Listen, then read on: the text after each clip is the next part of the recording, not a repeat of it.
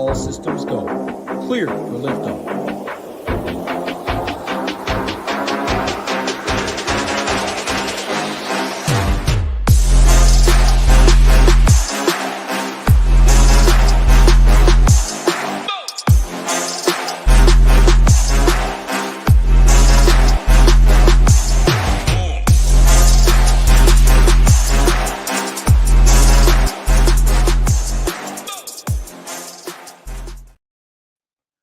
What's up, everybody? Big Marley 3 from SHIPIT Nation here to break down the Week 12 NFL Primetime Slate for you guys.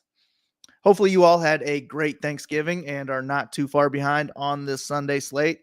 However, we have you covered for all slates over at ShipItNation.com if you have not had enough time to research.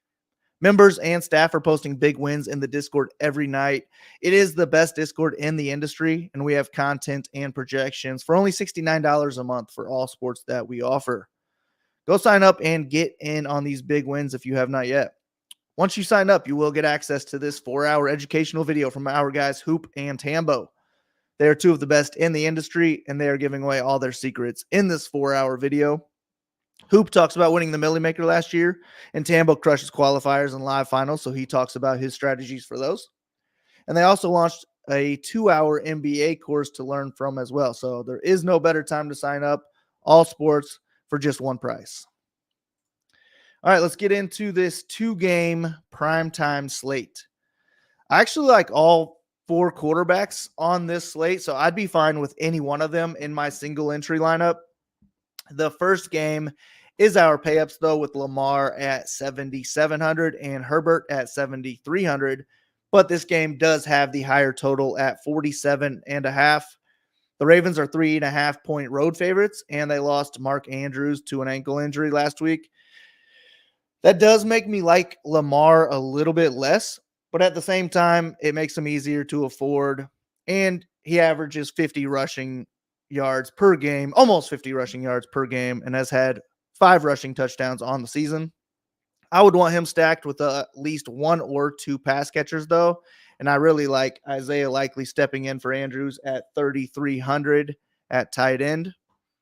I also like both wide receivers that have Q tags as well, with Zay Flowers at 5,600 and Odell Beckham Jr. at 3,800.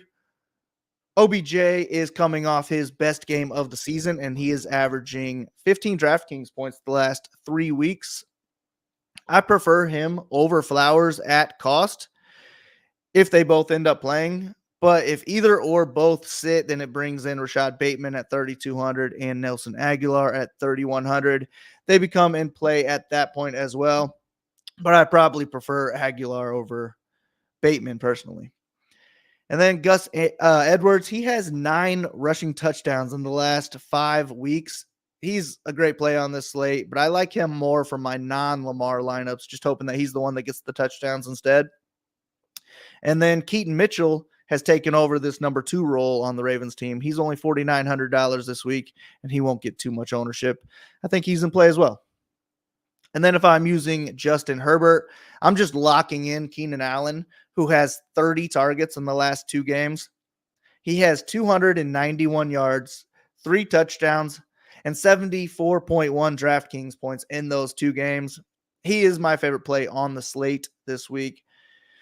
And he's really the only Chargers wide receiver that I want. I will keep Jalen Guyton in my player pool, though. He's only $3,300. He's coming off a 14-point DraftKings points last week, and he's got big speed, so I don't mind him either. But Allen is probably a lock for me on this short slate. And then Gerald Everett has a Q tag at tight end. If he ends up sitting, then I like Donald Parham Jr. at $3,100, and he could be a menace in the red zone. And then Austin Eckler is always in play, but 8,100, the only issue with him would be affording him when I do prefer Keenan Allen. But if I can get them both, then great. The Monday night game is the Bears at the Vikings with a 44.5-point total.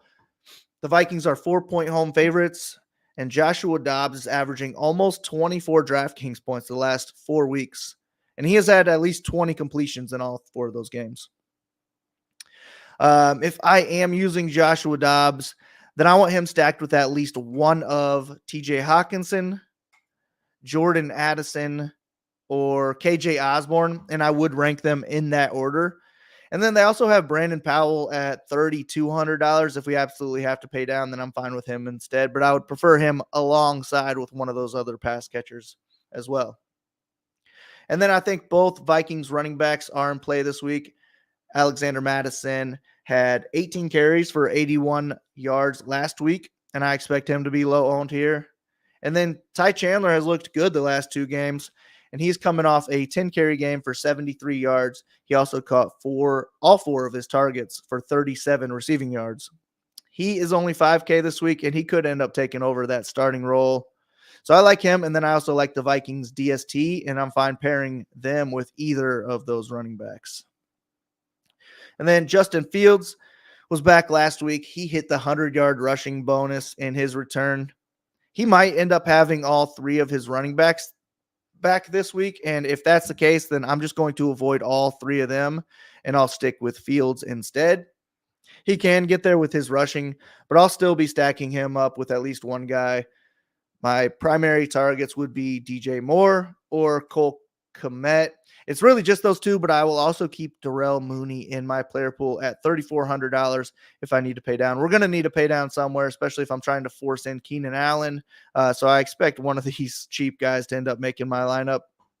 All right, my single entry lineup at least. But those are all of the players I will be rostering on this primetime slate. All of my plays and notes are posted over at SHIPITNation.com. All sports are included for one low price. You guys can play more and pay less. I will be back with another primetime slate breakdown next week. But if you guys can hit that like and subscribe button for us, it really helps out. Good luck on this 2-game slate. I hope to see some Ship It logos up top. Thanks for listening. Go ship something.